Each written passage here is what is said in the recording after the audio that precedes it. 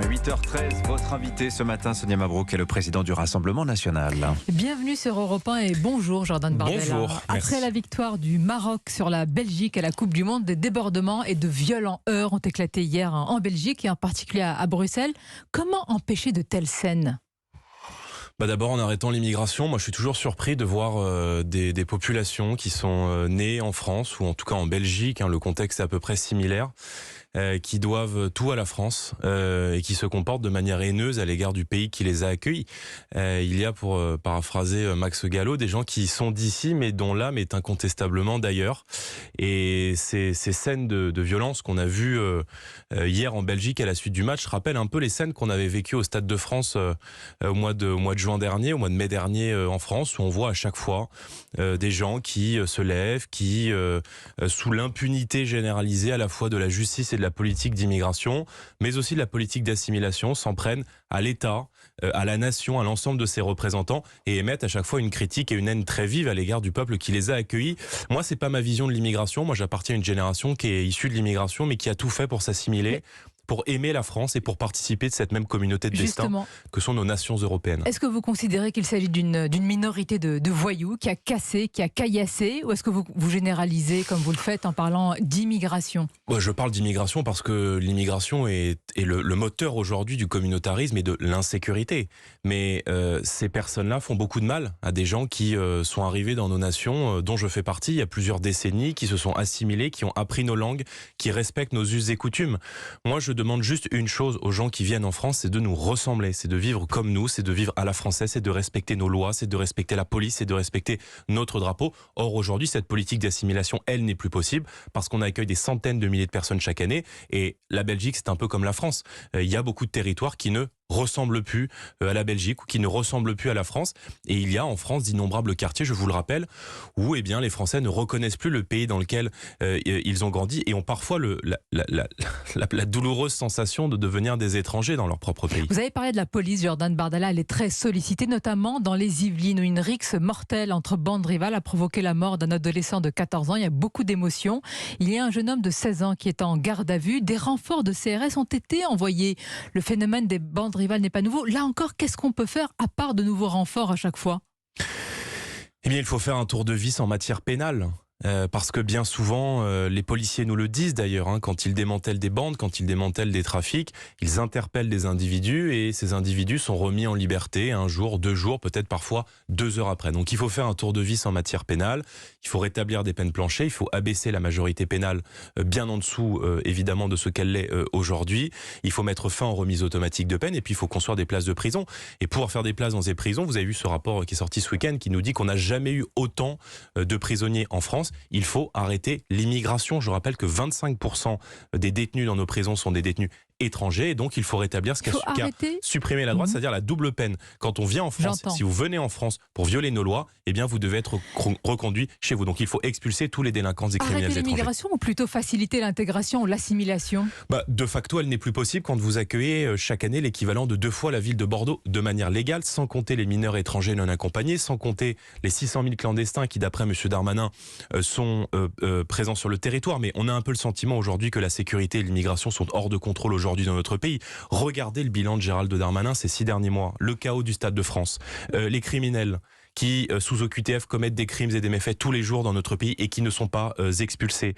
La situation absolument chaotique à Mayotte. L'imam Iqiyoussen, dont on a fait là, vous dressez un bilan plus noir que noir. L'ennemi public numéro 1 et qu'on a laissé filer parce que nos services de surveillance n'ont pas été capables de le surveiller. Et qui n'est plus sur le territoire français, dit le ministre de l'Intérieur qui s'en réjouit. Mais c'est dramatique qu'il nous ait filé entre les doigts.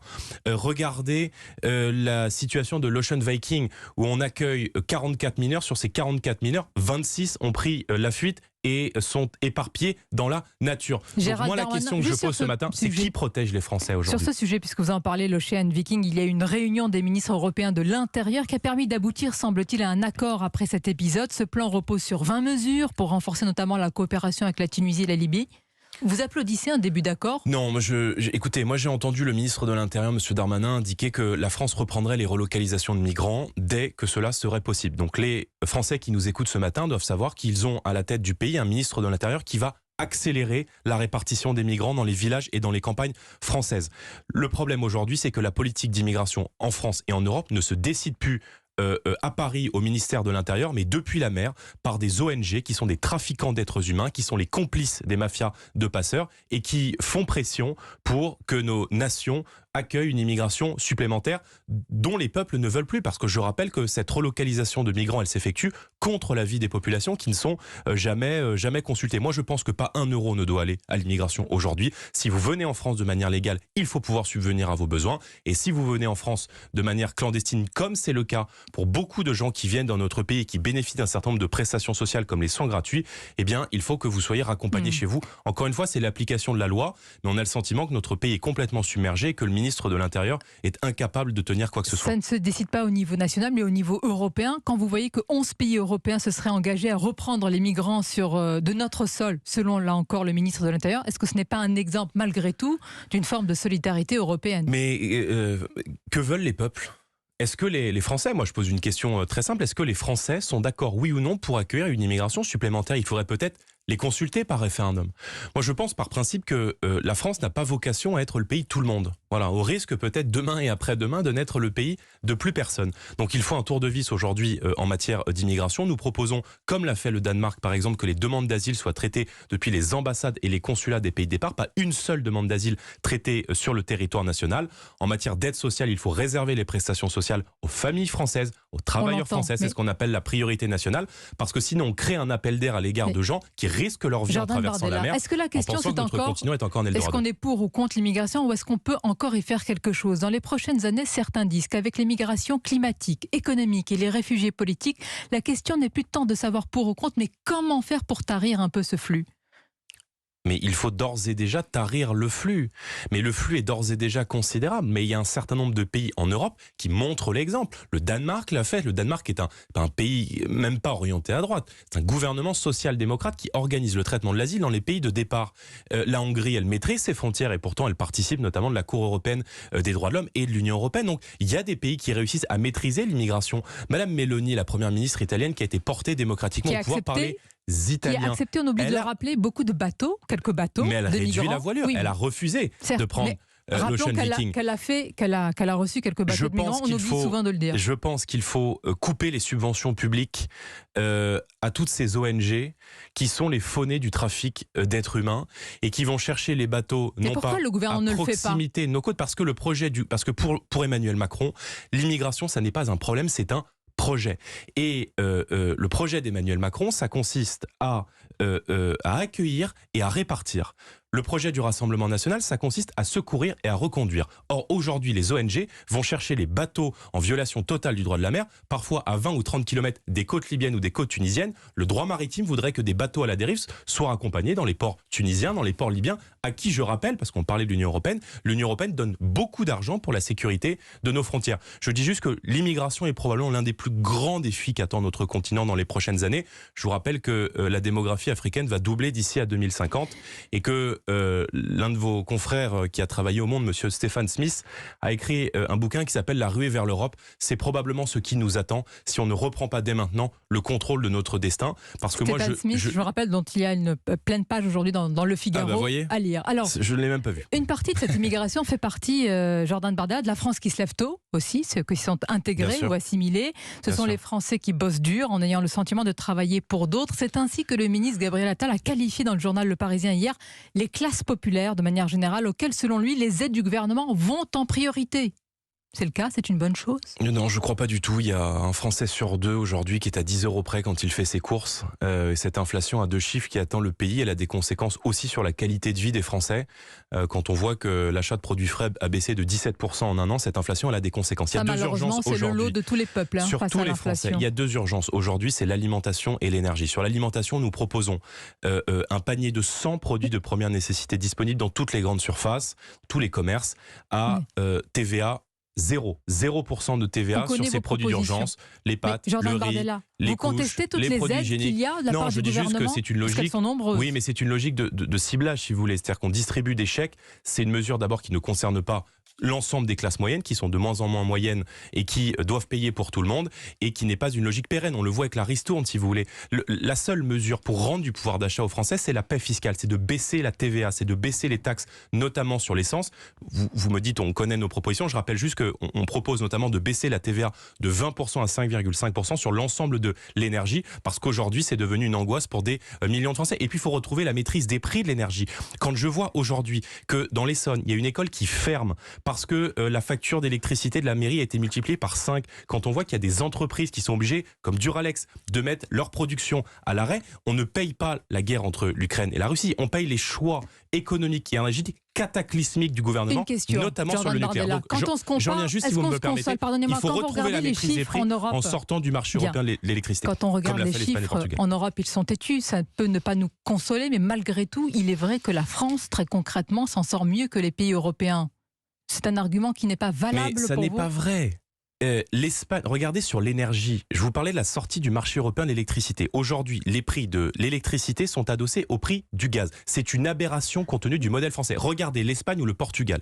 Ils ont négocié avec la Commission européenne une clause dérogatoire de ce marché européen de l'énergie. Ils ont aujourd'hui une énergie qui est 3 fois moins chère que la France. Regardez la Pologne ou l'Allemagne qui ont baissé la TVA de 20% à 5,5%. Mais l'inflation dans ces pays, quand vous comparez à la France, non mais je me compare pas par rapport aux autres pays. Je dis qu'il y a des... C'est quand même compliqué, c'est quand même un élément de comparaison quand l'inflation est un peu moins forte. On pourrait aussi rappeler les 600 milliards d'euros de dettes qui sont imputables directement au mauvais choix du gouvernement. Il y a un rapport de l'INSEE qui est sorti, je crois que c'est vous qui l'avez rappelé d'ailleurs au grand rendez-vous hier, qui est sorti la semaine dernière et qui pointe que la moitié des mesures redistributives du gouvernement sont allées directement aux Français les plus aisés. Donc la vérité, c'est qu'Emmanuel Macron n'a avantagé qu'une petite élite dans notre pays et que le seul moyen aujourd'hui de rendre du pouvoir d'achat aux Français, c'est d'abord la paix fiscale et puis il faut augmenter les salaires.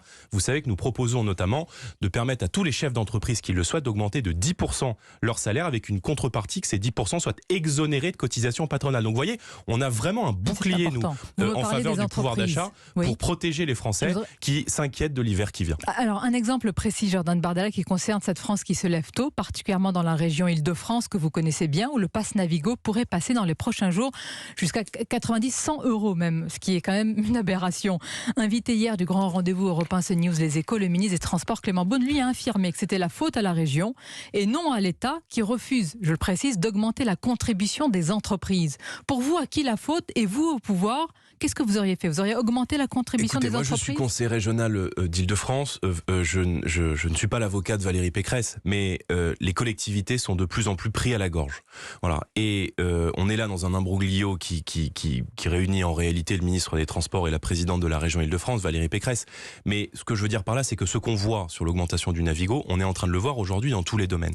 Nous payons les choix cataclysmiques du gouvernement en matière énergétique. Toutes ces personnes aujourd'hui qui viennent déplorer l'inflation, qui viennent déplorer la hausse des prix, et je pense aux membres de l'exécutif, sont ceux qui ont fermé nos centrales nucléaires, sont ceux qui ont abandonné le projet Astrid. Sur le nucléaire, vous n'étiez pas toujours très clair. Si, on a toujours été extrêmement clair. On a toujours dit que à terme, on ne devait pas s'interdire d'autres investissements, notamment dans l'hydrogène. Marine Le Pen a fait partie des premières dirigeantes politiques à soutenir l'hydrogène. Mais quand on voit aujourd'hui l'état de tiers-mondisation de l'ensemble de notre filière nucléaire, alors même que on est contraint aujourd'hui de rouvrir nos centrales à charbon et que Madame Borne, qui était ministre des Transports et de l'Écologie à l'époque, qui s'était félicitée de la fermeture de la centrale de Fessenheim et qui vient aujourd'hui déplorer la sobriété et la fragilité énergétique de la France, c'est d'une hypocrisie totale. Donc je veux juste que les Français qui nous écoutent ce matin retiennent bien cela. La situation qu'on vit cet hiver, les pénuries dans les entreprises, les pénuries énergétiques et la hausse des coupures et des factures, ça n'est pas de la responsabilité de l'Ukraine ou du conflit à l'extérieur, mais bien des choix politiques qui ont été faits par Emmanuel Macron et qui viennent aujourd'hui contredire tout ce qu'ils ont fait hier et avant-hier. Nous parlons de ce qui se passe en France, parlons de tout ce qui se passe, y compris dans ce département français dont on parle peu, Mayotte, avec des bandes qui caillassent et pillent tout ce qu'il y a à voler. Ce sont des scènes d'une violence incroyable. Que se passe-t-il précisément de votre point de vue? C'est malheureusement une situation qui date depuis longtemps. Et qu'est-ce qu'il faut faire? Envoyer des renforts, toujours, encore plus? Écoutez, Mayotte sera probablement notre futur. en métropole, que les Français regardent bien ce qui est en train de se passer à Mayotte, parce que cela pourrait être notre futur si on ne reprend pas dès maintenant le contrôle. À Mayotte, 50% de la population est étrangère. On dit souvent qu'elle est la première maternité de France. Il y a là-bas des barrages dans les rues. Tous les jours, des Français qui sont agressés. J'entendais un bus scolaire qui a été agressé par des clandestins à la machette. Je rappelle que Mayotte, c'est la France. Que Mayotte a, par 4 reprises, fait le choix d'appartenir à la République française. Et la France n'a pas le droit d'abandonner Mayotte. Qui est responsable de cette anarchie alors ? D'abord, le ministre de l'Intérieur qui est incapable, qui est incapable de rétablir la sécurité là-bas. Et deuxièmement, des Comores qui revendiquent évidemment Mayotte. Vous le savez, il faut d'abord supprimer le droit du sol. Parce que le droit du sol, c'est-à-dire l'acquisition automatique de la nationalité qui fait que de l'île voisine des Comores, vous allez à Mayotte, vous obtenez quasi automatiquement le droit du sol, fait que c'est un appel d'air absolument considérable et c'est probablement l'un des principaux facteurs de la crise. Deuxièmement, il faut instaurer la priorité nationale sur l'ensemble des aides sociales et puis il faut envoyer la marine et notamment des patrouilleurs pour protéger Mayotte d'un influx toujours considérable des Comores. Et je tiens à préciser et à annoncer que je me rendrai à Mayotte dans les prochains jours. Pour constater la situation sur place ? Oui, et pour alerter l'opinion et l'opinion de l'ensemble de nos concitoyens sur ce qui est en train de se passer là-bas. Je voudrais juste dire que depuis Jacques Chirac, l'outre-mer a été totalement abandonné par les gens qui sont succédés au pouvoir. L'outre-mer, c'est la France. Et nous avons pardonnez-moi, dans le cadre de ce grand ministère pour l'outre-mer que souhaitait Marine Le Pen, de grandes ambitions pour ces territoires.